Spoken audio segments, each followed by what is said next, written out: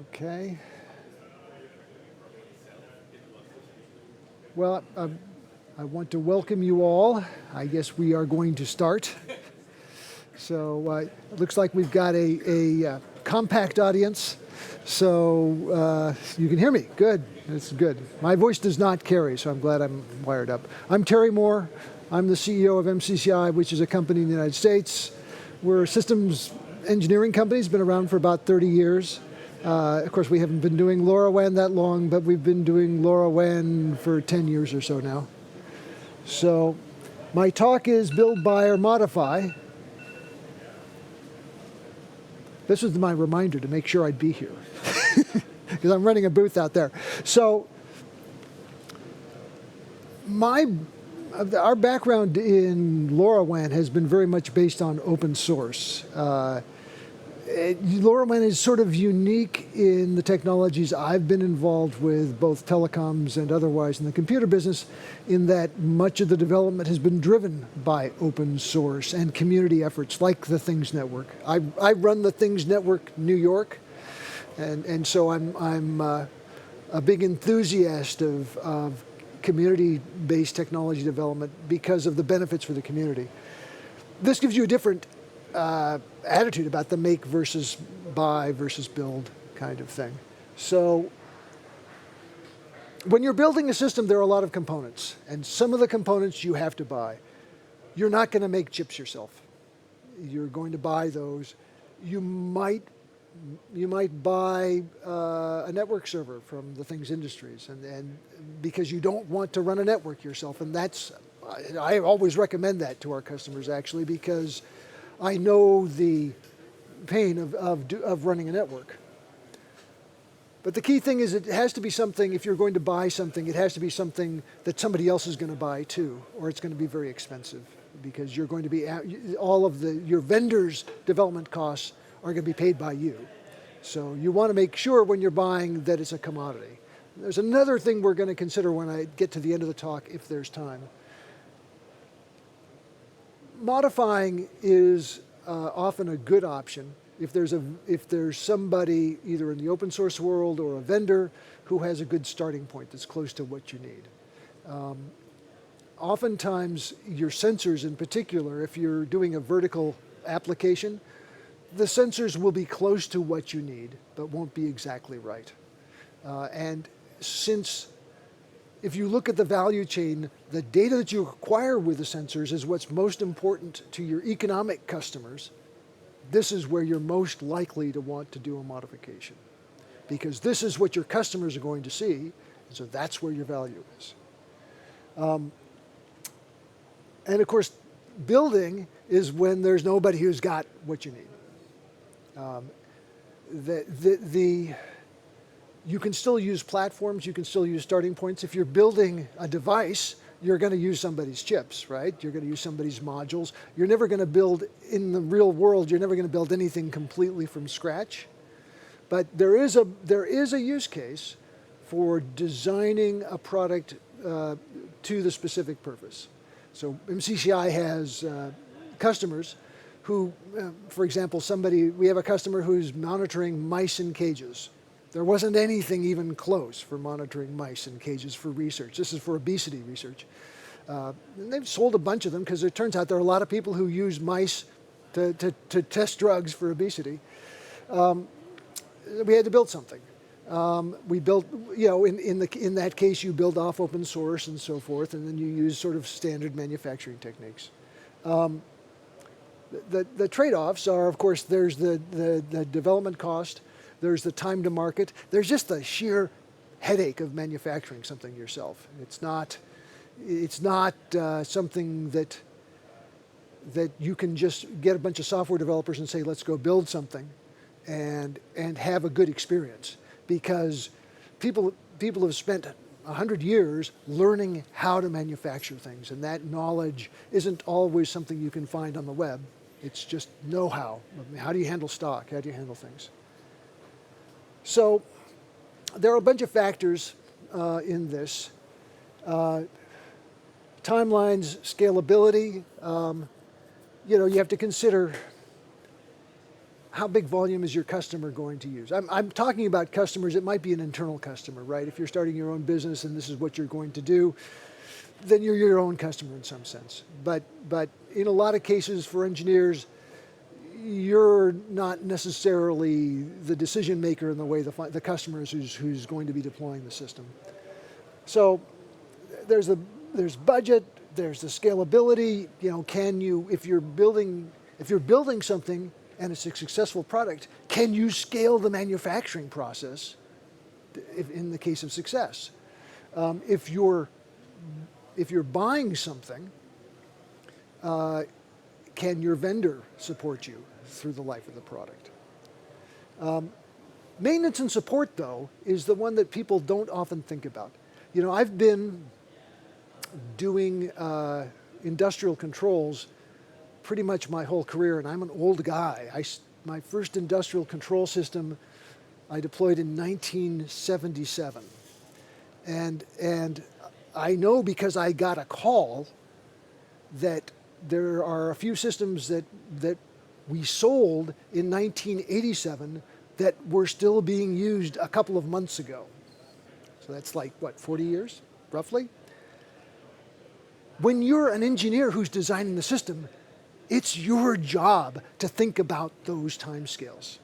You know, if you buy a service from a venture-funded company, for example, is that service going to be available to your customer in 40 years? Because they may need it.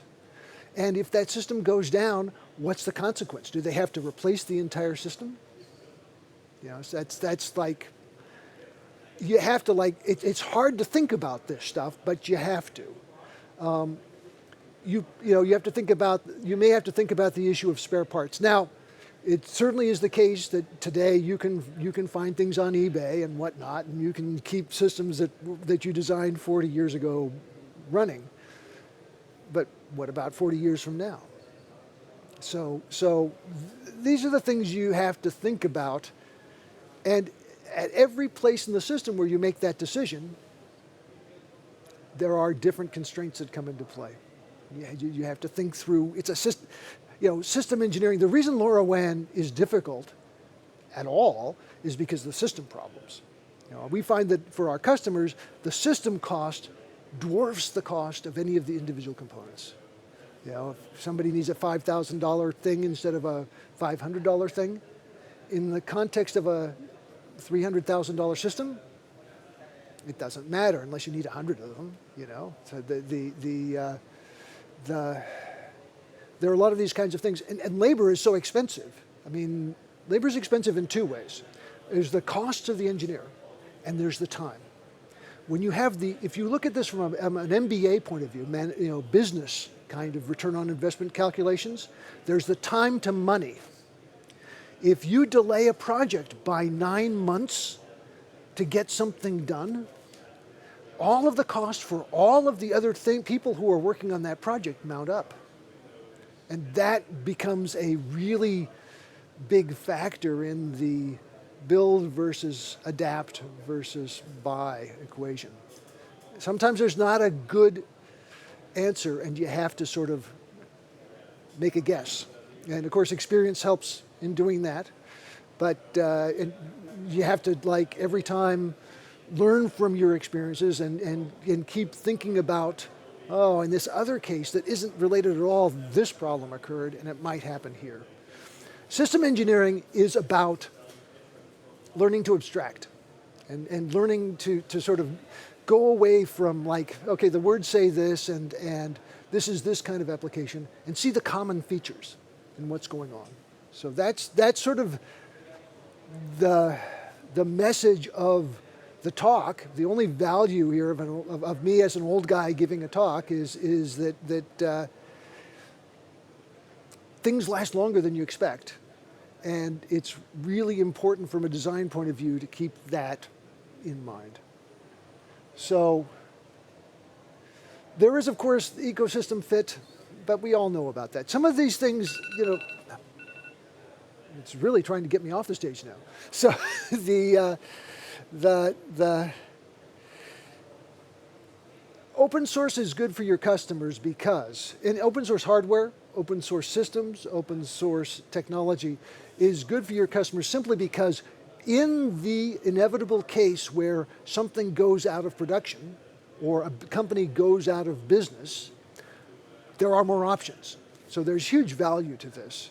And the value may be worth making the project take longer. Because open source, you don't get the support. It's not necessarily as instant, but there's all kinds of long-term benefits. So, all right, so I raced through. We got a few minutes for question and answer, I think. Who we are, as I said, a system engineering company. We work with our customers, who typically are subject matter experts, to sort of like deal with all of these constraints and build the pieces that we can't buy or adapt and the pieces that we can't adapt to get them to success. And success is defined in IoT as the people who get the data, who are over here, who know nothing about anything in between. They're happy with the data, and they're happy with having paid for the data. So that's the whole reason for being. And you can't be married to technology in that case. You have to be totally, in order to help customers succeed, your number one focus has to be on what will it mean for them to succeed. How do they keep their jobs? How do they go to the next level, whatever it is? So I'm over a little early, and that's in order in case anybody's got any questions and we can have any discussion about things. So if there are no questions, I can let you go early. Okay, go ahead. So in your years of experience, can you give us an example of where something you did not foresee that the service it was connected to was handled or did not handle? Is there something you can tell us about? So, well, Sigfox comes to mind. We had a customer, Sigfox was a great technology for certain kinds of customers who really don't want to worry about regionalization and all of this stuff. They took care of all that. And you could go, it was really a fine offering, but you could go, and I actually sold a couple of customers on this because they didn't like LoRaWAN because it was too complicated and they were having to do too much themselves. And whereas Sigfox did everything for them, they didn't have to worry about where they were. They could go by the micro gateways. Terrific offering. It just didn't make business sense, it turns out. So or maybe it did, but it was not capitalized right. So that caused our customers to have some problem. Luckily, in our case, we had used a platform that would also do LoRaWAN. And so we just gradually updated their firmware, which required visiting all of their devices, because you can't update firmware over Sigfox, and anyway, it's complicated. That was really bad. Their board, this was a startup. One of the two was a startup, and his board forced him to change. He couldn't even live through as soon as Sigfox announced the Chapter 11, the board was like, the next call, they were saying, so what's your plan to get off of Sigfox? Even though, as it turned out, he could have stayed with Sigfox for at least a couple of years because they kept the network alive, sort of. So it cost him a whole bunch of money, obviously. Not just the money he paid to us, which since we already had both things ready, it was not a hard transition for us. But the fact that he had to go to all of his customers and deal with this, this was a compost probe that gets, basically he was monitoring compost piles for monitoring the commercial quality of the product. And so he had to go to each one of the piles that had the software, and of course, for environmental protection reasons, it was hard to get into the devices. They had to open the stuff up, and they're big. Shipping them back, if it was a shipping kind of thing, was expensive, And, you know, and the people at the compost piles didn't have the boxes. You know, it's a nightmare, right? These little things like this, even though it was conceptually simple and he didn't have to replace the electronics. So I feel bad because I looked at Sigfox's business plan and I didn't understand it. You know, I had seen in 2017 the people from Sigfox. I don't mean to be harsh on Sigfox if anybody's here, but I'd seen, you know, the big parties that they were throwing. And I've been in business already at that point 40 years. It's like, I don't know how they fund this. You know, this is an investment kind of thing. And even if stuff is successful, the warning flags were they're going to get sold. And when businesses get sold, things change. All of the commitments are by the previous vendors, the previous operators of the business, and the users get problems as a result. So that's one example. You know,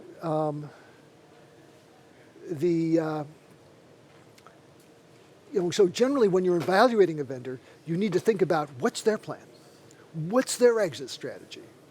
You know, if they are a venture-funded startup, it's unfortunately true that their primary customer is their investor because they've sold stock to that investor, and the expectation is that within 5 years, remember the 40-year thing, within 5 years, they're going to be able to make that stock valuable so the investor will get their money back. And that's the main driving force. So if you see a vendor who is venture funded and they're already 2 years in, you know that within 3 years, they're going to have an exit. And in the venture community, what's an exit? An exit is the venture capitalist doesn't have to worry about it anymore. So at the end of those 5 years, closing the fund, the VC either says, we sold the company, great, or company's dead. It's just the facts of life, at least in the United States. So that's the kind of, it's not what engineers are used to thinking about, but you have to think about it because of the length of the life of the system. I'm so sorry. If there's any further questions, please. I'll stand outside.